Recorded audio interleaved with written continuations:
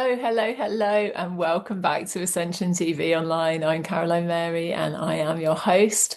And it is a great joy to be with you again this week. And when I was tuning in to ask from the plethora of ideas and themes that I know that I will talk about one day, I was asking what's relevant, what do I need to share today? And it was the concept of sky mind and cloud mind. And I didn't make this up. I can't remember where I first heard it, but it clicked. It's such a simple analogy of knowing that we have a true self, the observer self, you could say the God self, the soul self, the higher self, the I am presence. And we also have these parts of us that people love to punish, right?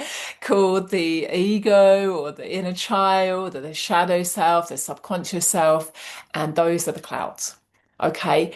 And basically, this came up because I use this concept with clients who, like me, like most of us, let's face it, can have the tendency to just go, I don't want the cloud, I just want the sun. I want to be happy all the time. And who doesn't? To a degree, you could say, who doesn't, right? But it's unreal to be in the toxic positivity and just shove all the stuff aside. Now, I did this a lot. I had my awakenings, and that wasn't I don't think that was a lie. They were massively profound experience in my life. And the feeling was just complete peace, all-encompassing love, the presence, right? The presence of God. And it was amazing. But you come back from that, and it's like you go up the mountain, you have your moment, and then you come back, and then you've got to integrate it. You've got to be around humans, you've got to face your own stuff, you've got to just be with everyone else. And it took me a really long time to realize how much I was basically spiritually bypassing myself, because I'd tasted the sky mind. I'd had that, and I've had it during dancing and playing music and doing yoga. And if you've ever been in the flow, maybe you're making a cake and you're just absolutely in your flow, or maybe you're running, or whatever it is that is your flow place. You've probably experienced that place of beingness. You can call it samadhi, you can call it, I'm reading a book at the moment, The Way of the Peaceful Warrior with Dan Millman. And he talks about Satori, like the warrior's way of being in peace and being present, just absolutely being present. It's not forced though. And oftentimes when we've tasted it, in my experience, right? It's so easy to say, oh my God, that's it, I made it. And this is the mistake that I made, right? In chapter 6 in my book, Who Called You Crazy? Having a Spiritual Awakening, is really about why you need to integrate your spiritual awakening. Right? Not pretend it didn't happen, or not call it crazy, or not call it delusional, but then you integrate. You have this experience, you bring it through your system, and it may take time, right? And to me, when I talk about sky mind and cloud mind with clients, it really gives the opportunity to say both is okay. It's not pretending that we're only the cloud, right? When we have a crappy day, or when we have like a strong trigger, an emotional wave moving through us, especially now we've had like 6 retrogrades. We're just coming to the end of Mercury retrograde. I think it goes direct on in 2 days' time. So many people will have been facing edges, like things going wrong, or complications, or things just not feeling like they're right, because when we have a retrograde, it's a chance for the subconscious to come up and clear. And I also use the term shit gift when I'm working with clients to denote something that's happening in our external world that is actually triggering, and it feels horrible at the time, but it's actually triggering something, so that we allow the clouds to come up from the deep, if you like, and pass through. And the trick is, and this is why I'm bringing it to your attention, I suppose, is because the trick of or the mastery, should we say, of being the sky mind while watching the clouds, rather than just being the cloud or trying to pretend the clouds aren't there, is the way, in my belief, in my experience.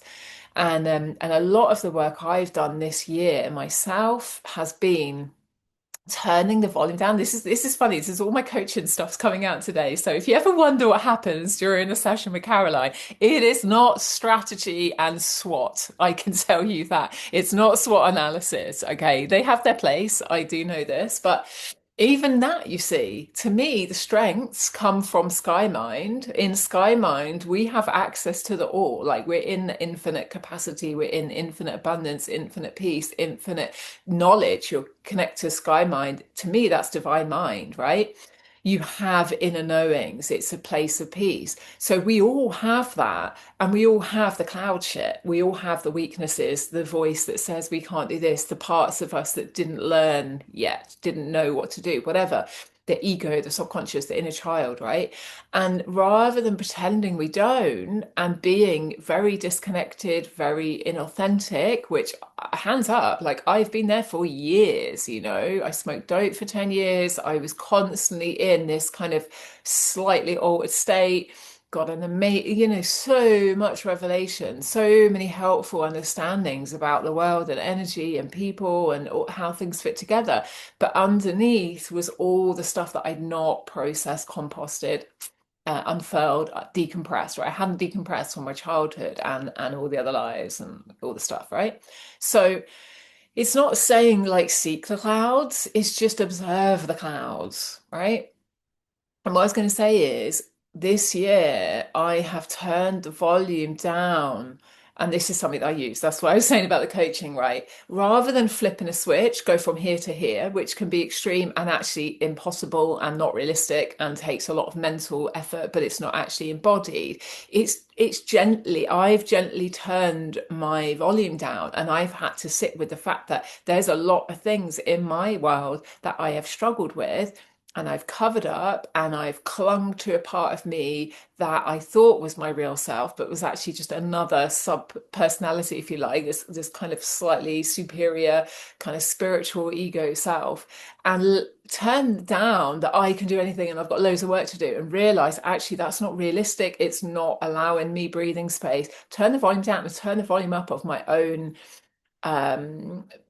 time, so that I have time to be the witness and let the clouds move, rather than going, no clouds, I'm just going to be my sky mind, no clouds. And you can see, like, it just looks ridiculous. You can probably see how ridiculous it is.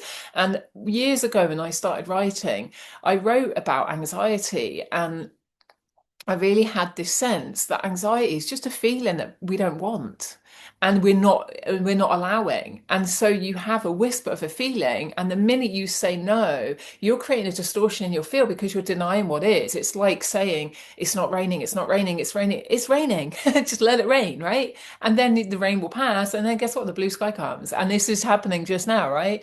I was looking out my window all morning thinking, God, what a day. It's really grey, it's really heavy. And often, I wake up and I feel that. And because I firmly believe, because I smoked oat for so long and then I smoked tobacco for years, I was basically suppressing everything. So when you stop doing that rather, and when you stop eating so much, and when you stop being busy, busy, busy, and social busy, and this busy, and that busy, people pleasing busy, whatever it is, you start seeing the stuff. But actually, rather than it being all cloud, and that is who you are, which we can really think, when we're having a wave of releasing, you go, oh my God, oh my God. And it's like, actually, if you just can accept it for a moment, okay, I'm feeling this way, it starts shifting. It really does. Like the clouds inevitably pass by, those feelings and emotions, essentially, right? Emotions, stronger, old, feelings lighter, okay, probably from the now.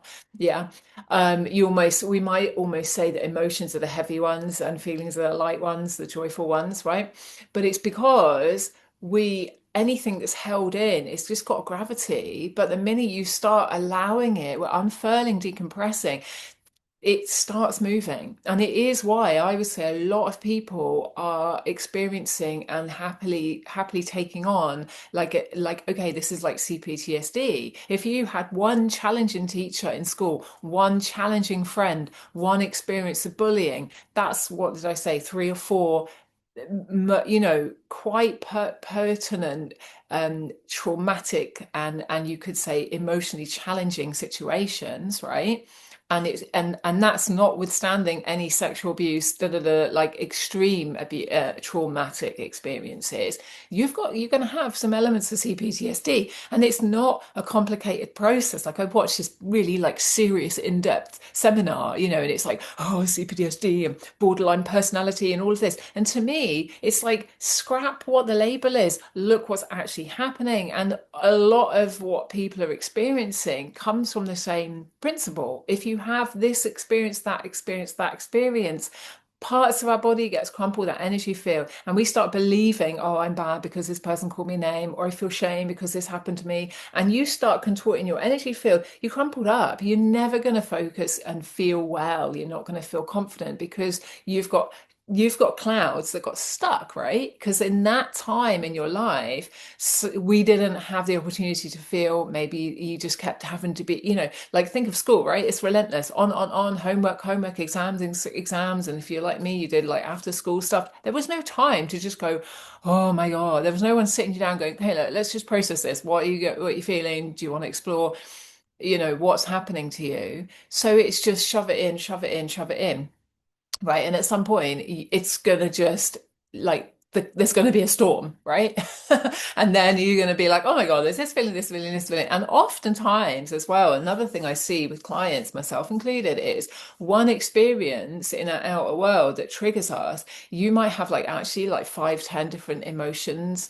And rather than needing to differentiate, just being with the process, just being with the feeling can be the thing that softens it. It's not always easy. And that's why things like EFT and journaling are really good, because we can just take one bit and let it all come out, let it all come out, let it all come out. It's just releasing it. And underneath is the sky mind. Yeah. And if you can tune in to that, you're going to be a lot better off than just thinking, I'm a cloud and I've got to deal with my clouds.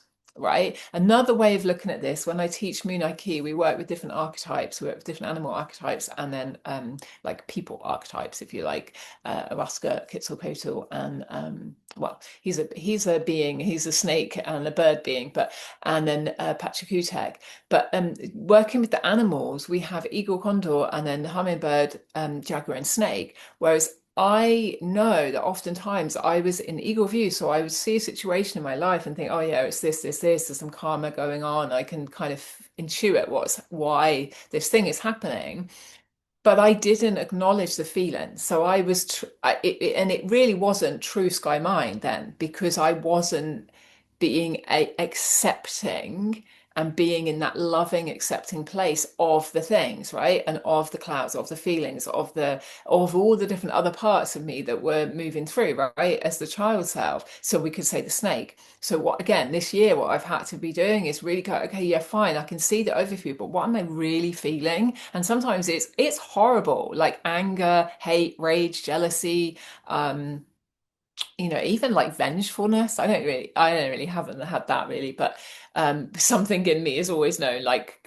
careful your karma, right? The old soul is like, don't fuck up. Like, it's rather just disengage than do anything else, because like we just don't need that coming back. It's just not worth it, right? There's enough crap in the world.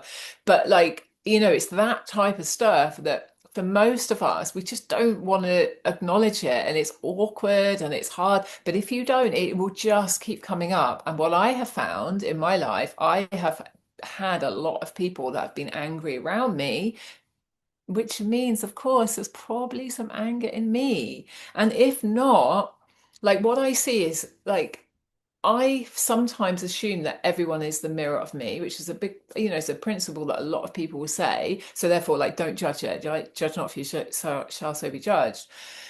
It's not always the case, but sometimes there's a principle that if you're judging what you see, you're sat in judgment. So how are you? You're not being in sky mind. That's another cloud. That's the cloud called judgment of others. Yeah, we can call that the critic self, or the inner outer critic.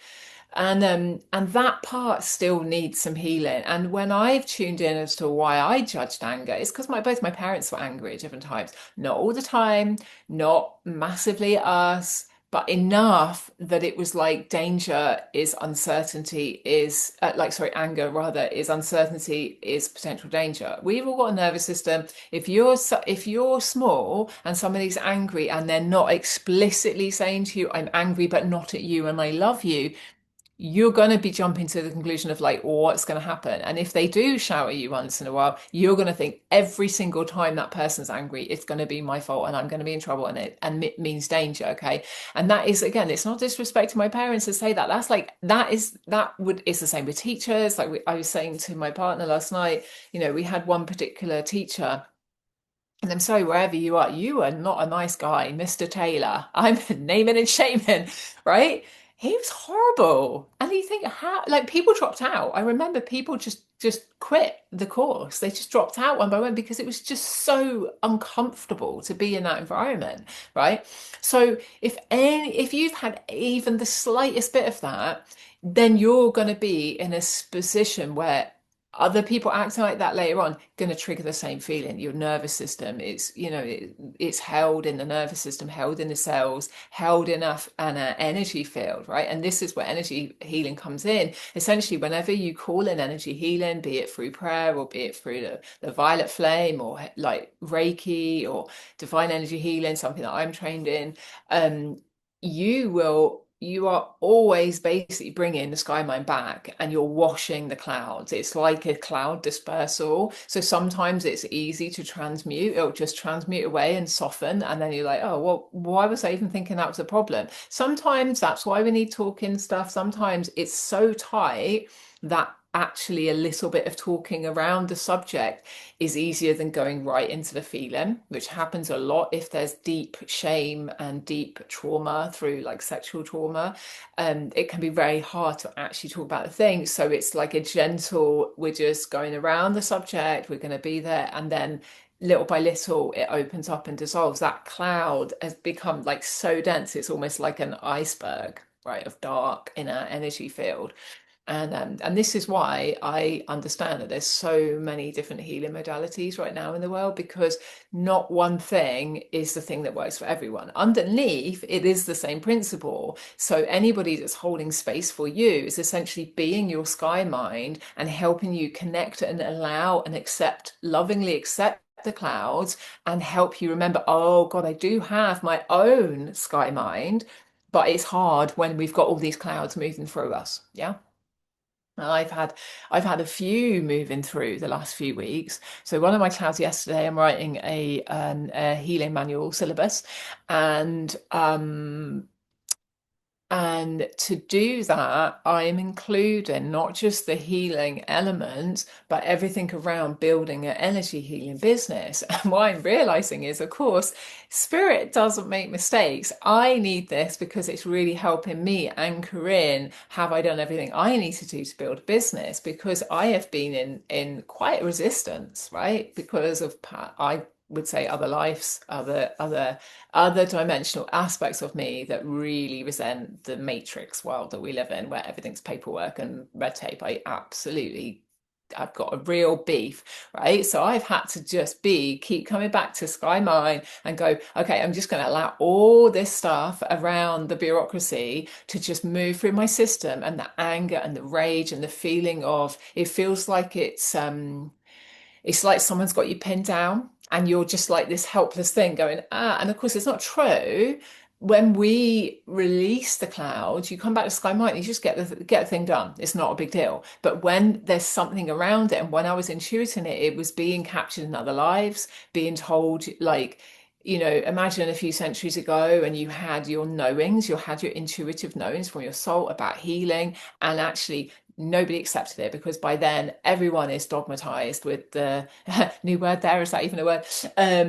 By the Christian church, you don't do healing, and men, actually this is quite a trigger point, didn't realize that. I can feel that in me, in my navel area, sacral chakra, the anger around, oh, scientists have proven this, when actually all the spiritual people just knew that, and we don't need a freaking scientist to prove it. And it's this, oh, I say you can do it, so you can do it. This feeling that other people have control over us. And in human life and human history, that has just been going on. It's still going on. I mean, the fact that we have a royal family who are like just, I can't even think of the word. I mean, it's just ridiculous. They're just sucking energy, they just own so much. Like it's just sick. It's just sick that some people, and they're born into it. They don't even do anything to get it. They're just, yep, that's it, cool, that's me, and they will do anything to protect that lively, that way. And people are, oh, it's great. They're so good to us. They do so much charity work. Yeah, if they didn't actually suck in so much energy and money from other people,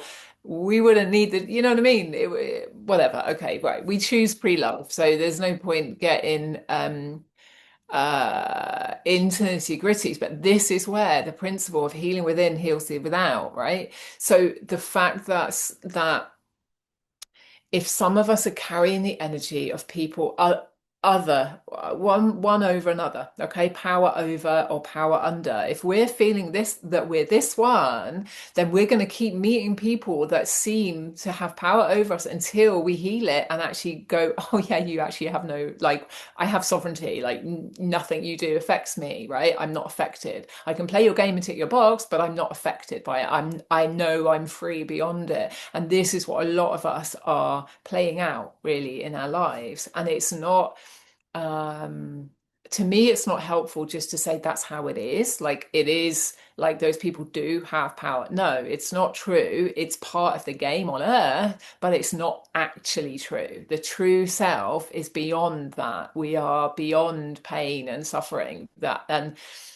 to me, it's a tough one to swallow when you are in the moment of an extreme situation, because it feels so, of course it feels real. That is the screen that we're living, we're living the divine comedy, if you like, the divine play, but the player is still the one behind it. And this I've always had the sense of that. So as a child, I got this sense that, oh, I have this male energy, I have this female energy, I have this male energy, I have knowings beyond my age. So I just knew I'd been here before. I didn't like this era. I was like, I much prefer those other eras. I felt at home in different, I could tune into different areas of the world and be like, yeah, I totally have lived there, I've lived there, da, da, da. So I always had the feeling, but I still had the idea that I was still not good enough and I had to work to become. And that is still part of the cloud, rather than like come back to sky mind. Oh, it's already there. Like I'm already there. But I might have to be quite like processing, integrating, learning from the clouds and the experiences that are coming to me. And I do really believe that we have this individual curriculum. And I thought as a kid, and then and then I read things and think, yeah, that other people are saying similar things, that we will have chosen our family a lot of the experiences, okay? And if rather than calling it a trauma, just an experience, then it's like, wow, this is interesting. What can I learn from this, right? That is the view from Sky Mind, rather than the judgment of this is bad, this is, we know things that we take as bad are uncomfortable to people, right? We know this. This is why we don't choose to,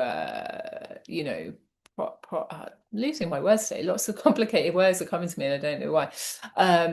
Propagate, profligate. I don't even know what those words mean. So I think that's coming from spirit. We're not maintaining negatively harmful behaviors on others if we can help it, right? But ultimately, we're still giving people experiences that might have signed up to. So we don't always know what's going on behind the scenes for the other person when they're playing out a negative, bad, harmful, hurtful role for us. All we can do is come back to center, come back to our sky mind, look at the clouds that are moving through. And if you were to do a Vipassana meditation, this is exactly the principle. Okay, you learn Anapana breathing, which is breathing in. For 3 days, you just sit for 10 hours a day, right? Breathing in through your nose and out through your nose, and just focusing on the sensation of the breath, right? And then the next 7 days, it's all body scanning and being present with, present with, present with, present with. And if you do that for long enough, you soften, you soften, you soften, you soften, and you open up aspects. Now, before I even came across Vipassana. In fact, no, I had a partner that had told me about Vipassana years ago, but I never researched it. I just didn't come across it. And then I started doing deep body scan work, and I called it Chi. Okay. And I was tuning into my hips. I had a lot of tension in my hips, and I was tuning in. And what I was seeing is all the different energies of all the different men that I'd been with and had intimacy with. And I was like, wow, okay. And I had a lot of self-judgment at times, and sometimes I was like proud, like, ah, ha, ha, just, really ridiculous, like ego stuff. And sometimes was like, ha, stupid men. I've got you at your own game, right? All this stuff that would play out through me in my very early 20s, just wisps. A lot of times I'd feel like I was being this light of love for the men. And then when I was tuning in and I was kind of asking, why did I do that? Like, what is that about? Like, what? All I've ever wanted is a beautiful, loving marriage type relationship, right? I didn't really want to be that person, right? But it happened. And the answer I got was that those men had been women that I'd been with as when I was a man, right? So there was this reconnection. Like you can't just make a connection happen. I used to think theoretically every man and every woman could be a match, or man to man, female to female, like no homophobia there, but just as a turn of phrase, right? When I was thinking through this, but essentially, it's not true. You, as souls, have a knowingness. So even in the most toxic relationships, what people judge, right, from there's not sky mind. Judgment is not sky mind. That's still a cloud, right? Oh, why is that person in that ridiculous relationship, which I had done until I was in one, and I was like, now I get it, because the connection with my ex was so strong, but it was like cataclysmic storms happening because all of the triggers from other lives were coming through. And so we kept being in cloud, right?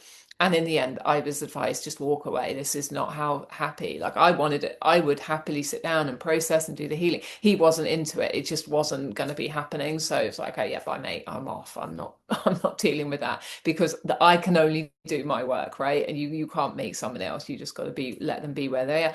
But of course, if we don't have it in us, there's no fit, right? So again, you can't always, from a place in our own cloud, if we're sat going, well, da, da, da, da, da, everything seems ridiculous. But when you're in the sky mind, live and let live. And it really helped me. Okay, this whole principle has so helped me. And that's why I share it with clients, and that's why I'm sharing it today. And the turning point for me to really anchor that in was reading the Course in Miracles. I haven't finished it yet, reading in work in progress, and really seeing how um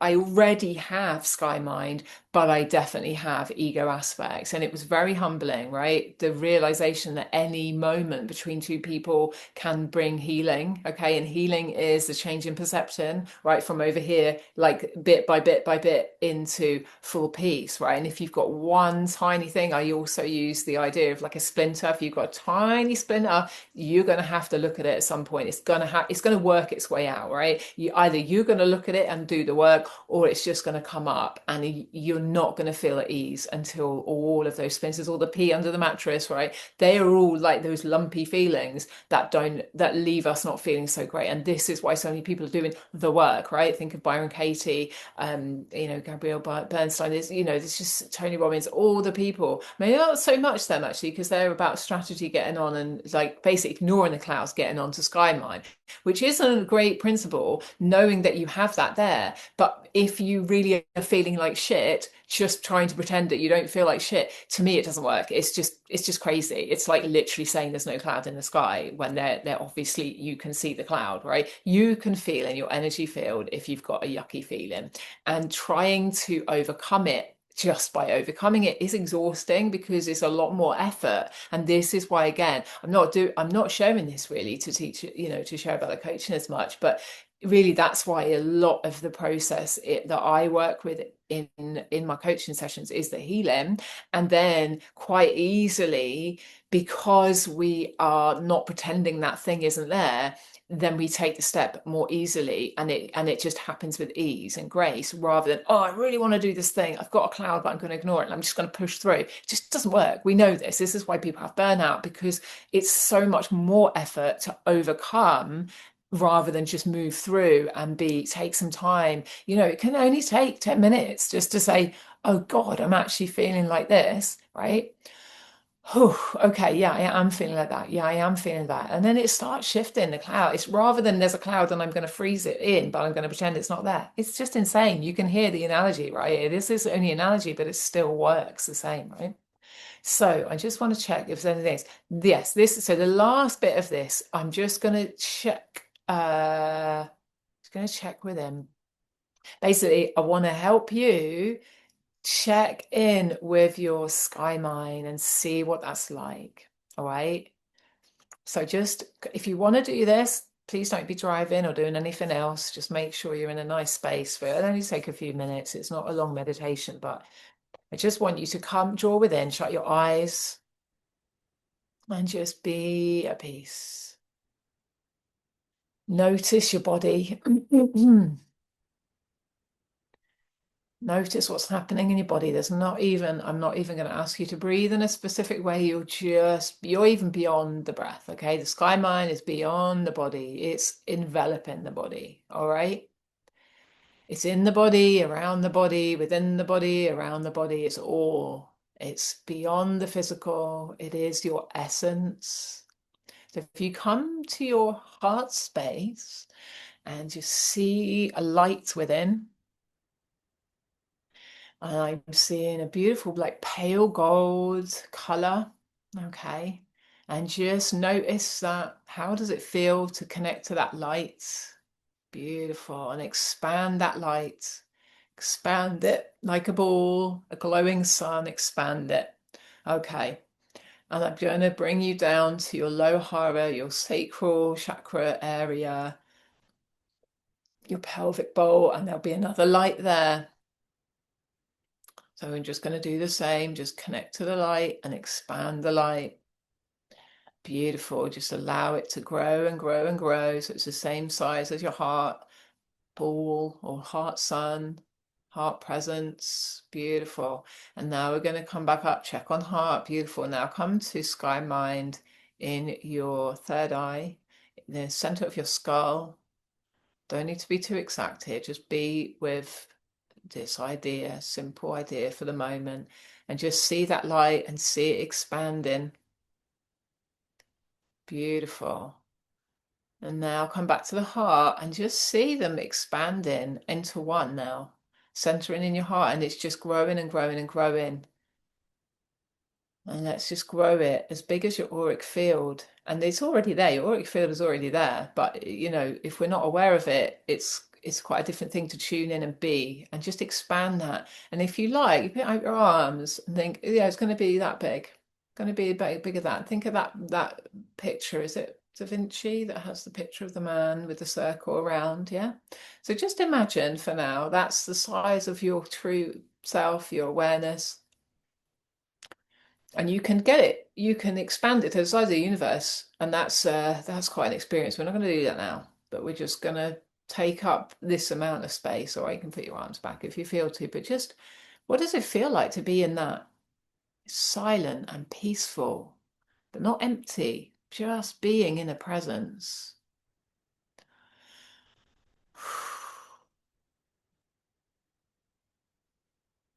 You can call this your I am presence or your soul.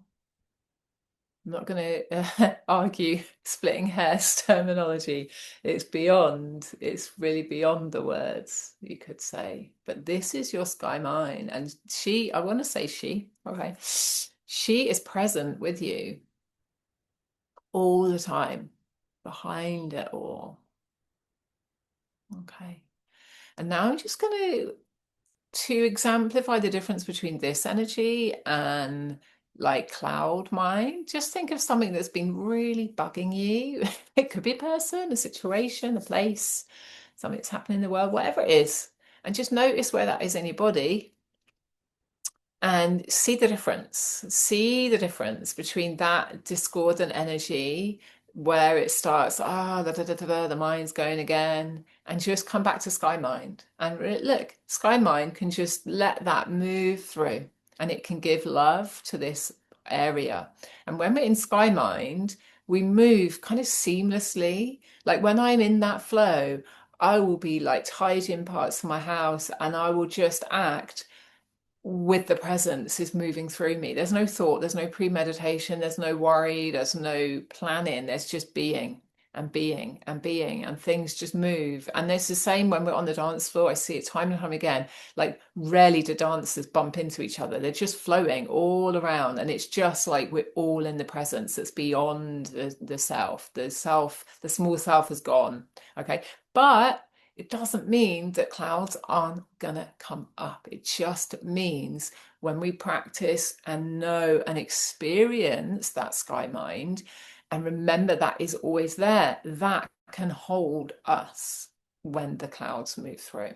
And we can just observe, like, oh, okay, yep, there's a part of me that's feeling like this right now. Okay, yep, okay, yep, move it through. Let it move through. Let it just move through. And oftentimes, by doing this, it dissolves. Whereas if you look at it, resist it, kind of start self slamming yourself, oh my God, I'm so crap because I'm having this feeling. That's it. It's stuck. It's like, it's like the glitch, on a CD or the DVD player, right? Whereas if you just go, okay, yep, there's a feeling moving through. It just carries on moving. There's no stagnancy. Yeah. Okay, so I'm going to bring you back now, bring you back from the wider sky mind. Just come back to your body, maybe come back to your heart self. Yeah. And if you shut your eyes, come back and open, look around, see how it feels even looking around from that, rather than any panic or judgment about like, I've got some bags that I need to sort out over there. Doesn't matter. Doesn't matter. Just, okay, yeah, I'll do that in a minute. No probs. Yeah, see how that feels the rest of your day. And if it's again, it's practice to hold both lightly. Not I'm never going to feel because I've found my sky mind, but now I found my sky mind, that part can always bring love to whatever's arising. And they talk about acquiescence. And I'm just thinking, is that the right word? No, I think that's not equanimity. I'm sorry, yeah. Compassionate equanimity, right? You just, okay, yeah, okay. I'm feeling anger. Okay, allow the anger move through and off it goes. Oh my God, I'm feeling really happy. Okay, allow it and off it goes. Yeah. Okay, yeah. Okay. Okay, yeah. Rather than, oh, I only want this, don't want this, only want this. I'm guilty as the next person. I am still embodying everything. I'm still practicing, rather, embodying everything that I share with you. And to me, once upon a time, I would have said, I cannot share something that I haven't fully embodied. Well, I don't know about that. I don't know. Maybe I'm making the videos for me. Yeah, maybe not. I don't know. But I do know that the more we bring these teachings to the present, to the table, it helps everyone because we're like, oh yeah. And maybe you recognize yourself, you already do this. Like maybe you're always in Sky Mind, maybe you're there a lot. Good for you. Maybe I'm the learner here, and that's okay, right? And again, that was humbling in the Course in Miracles to think, yeah, if you think you're still here and you're not learning, get a grip. Like if you're on earth, you got a curriculum, don't matter who you are. Might be different from everybody else's. That's okay, right? We're all learning in our own way, in our own path, no judgment, right? So we're just being where we are. So that is what I wanted to share with you today. I hope you enjoyed that. I'd love to hear from you if you had any thoughts, revelations, experiences, if that helped, if it didn't help.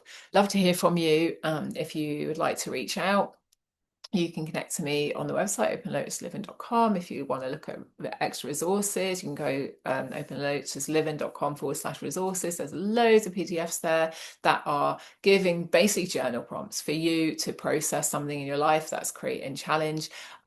You can follow me on Facebook if you want. I'm Caroline Mary on Facebook. And I will be doing, I think, 2 Coming to Peace online seminars before Christmas. One Coming to Peace with Winter and one Coming to Peace with Christmas. I know it's coming up real quick, right? But I'm quite I've had that whispered in my ear, so I'm going to do that pretty soon. So if you're interested in those and you find winter quite challenging or you find Christmas quite challenging, look out for those. I'll be doing it, like I'll be making events for those, and you can join me in a group setting and just get some healing, journal things out so you can loosen the clouds, right, around Christmas or winter, and just find a bit of peace. Because I know I've found challenge in both of those, and it's taken me some inner work, and now I'm cool. I'm cool with the winter, I'm cool with Christmas, and I know what I want. I know what I enjoy. Let's say it like that. I know what I enjoy about the winter, and I know what I enjoy about Christmas, and I'm also at peace with how it unfolds. So, and that's a nice place to be. So there you go. All right, so much love to you, and I will see you next time. And I think next time I will probably be doing an interview with one of my fellow authors, but I will keep you posted about that. So much love to you, so many blessings, and I'll see you next time on Ascension TV online.